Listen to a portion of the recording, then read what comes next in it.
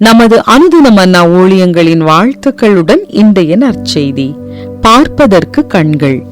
இன்றைய வேதாகம பகுதி 2 ராஜாக்கள் 6 வசனங்கள் 15 முதல் 23 வரை.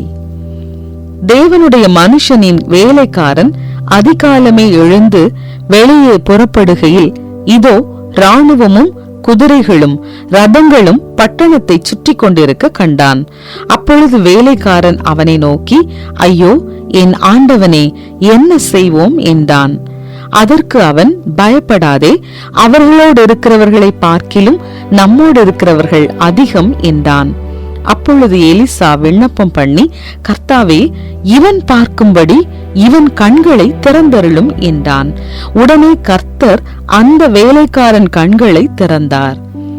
இதோ எலிசாவை சுற்றிலும் அக்கினி மயமான குதிரைகளாலும் ரதங்களாலும் அந்த மலை நிறைந்திருக்கிறதை அவன் கண்டான்.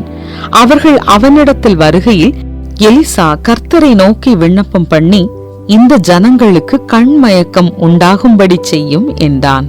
எலிசாவுடைய வார்த்தையின்படியே அவர்களுக்கு கண்மயக்கம் உண்டாகும்படி செய்தார். அப்பொழுது எலிசா அவர்களை நோக்கி, இதோ வழி அல்ல, இது பட்டணமும் அல்ல, என் பிறகே வாருங்கள், நீங்கள் தேடுகிற மனுஷனிடத்தில் நான் உங்களை வழி நடத்துவேன் என்று சொல்லி அவர்களை சமாரியாவுக்கு அழைத்து கொண்டு போனான். அவர்கள் சமாரியாவில் வந்தபோது எலிசா, கர்த்தாவே, இவர்கள் பார்க்கும்படிக்கு இவர்கள் கண்களை திறந்தருளும் என்றான்.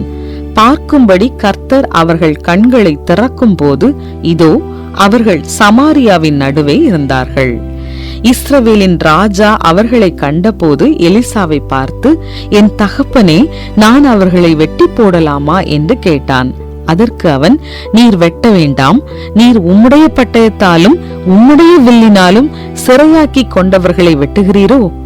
இவர்கள் புசித்து குடித்து தங்கள் ஆண்டவனிடத்துக்கு போகும்படிக்கு அப்பமும் தண்ணீரும் அவர்களுக்கு எதிரில் வையும் என்றான். அப்பொழுது அவர்களுக்கு பெரிய விருந்து பண்ணி அவர்கள் புசித்து குடித்த பின்பு அவர்களை அனுப்பிவிட்டான்.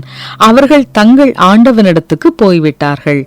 சீரியரின் தண்டுகள் இஸ்ரவேல் தேசத்திலே அப்புறம் வரவில்லை. குறிப்பு வசனம். அப்பொழுது எலிசா விண்ணப்பம் பண்ணி, கர்த்தாவே, இவன் பார்க்கும்படி இவன் கண்களை திறந்தருளும் என்றான். பல ஆண்டுகளாக குடிப்பழக்கம் மற்றும் மனநல பிரச்சனைகளால் போராடி வந்த தன் உறவினர் சாண்டிக்காக தீப்தி கவலைப்பட்டாள். அவள் சாண்டியை பார்ப்பதற்காக அவருடைய அபார்ட்மெண்டிற்கு சென்றபோது கதவுகள் பூட்டப்பட்டிருந்தன. அது காலியாக இருப்பது போல் தோன்றியது. அவளும் மற்றவர்களும் சாண்டியை தேட திட்டமிட்ட போது, தேவனே, நான் பார்க்காததை காண எனக்கு உதவி செய்யும் என்று தீப்தி ஜெபித்தாள். அவர்கள் அந்த வீட்டை விட்டு சிறிது தூரம் வந்தபோது தீப்தி சாண்டியின் வீட்டை திரும்பி பார்த்தாள். அப்போது வீட்டில் உள்ள ஜன்னலின் திரைச்சீலை அசைந்ததை அவள் பார்க்க நேரிட்டது. அந்த நேரத்தில் சாண்டி உயிருடன் இருப்பதை அவள் அறிந்தாள். அவரை மீட்க அந்த நேரத்தில் அவசர உதவி தேவைப்பட்டாலும் இவ்விதமான ஜபத்தை ஏறெடுத்ததற்காய் தீப்தி மகிழ்ச்சி அடைந்தாள். எலிசா தீர்க்கதரிசி தேவன் தன்னுடைய பராக்கிரமத்தை அவருக்கு வெளிப்படுத்தி காண்பிக்கும் பொருட்டு விண்ணப்பிக்கிறார். சீரிய ராணுவம் அவர்களுடைய பட்டணத்தை சுற்றி வளைத்த போது எலிசாவின் வேலைக்காரன் பயத்தில் நடுங்கினான். இருப்பினும் அவன் தேவனுடைய மனுஷனாய் இல்லாத போதிலும் தேவனுடைய உதவியினால் காணக்கூடாததை அவன் கண்டான். எலிசா, இவன் பார்க்கும்படி இவன் கண்களை திறந்தருளும் என்று ஜெபிக்க, இதோ எலிசாவை சுற்றிலும் அக்கினிமயமான குதிரைகளாலும் ரதங்களாலும் அந்த மலை நிறைந்திருக்கிறதை அவன் கண்டான். எலிசாவுக்கும் அவருடைய வேலைக்காரனுக்கும் ஆவிக்குரிய மற்றும் மாம்ச வாழ்க்கைக்கு இடையே இருந்த திரையை தேவன் விலக்கிவிட்டார். திரைச்சீலையின் சிறிய அசைவை காண தேவன் தீப்திக்கு கிருபை அளித்தார் என்று அவளும் நம்புகிறாள்.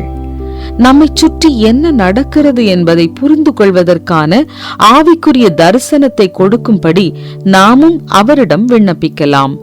நம் அன்புக்குரியவர்களுடனோ அல்லது நமது சமூகங்களிலோ நாமும் அவருடைய அன்பு, உண்மை மற்றும் இரக்கத்தின் பிரதிநிதிகளாக திகழ முடியும். உங்களை கஷ்டப்படுத்தும் சூழ்நிலைகளை பற்றி தெரிந்து கொள்வதற்கு உங்கள் கண்களை திறக்கும்படி நீங்கள் எவ்விதம் தேவனிடத்தில் விண்ணப்பிக்கலாம்?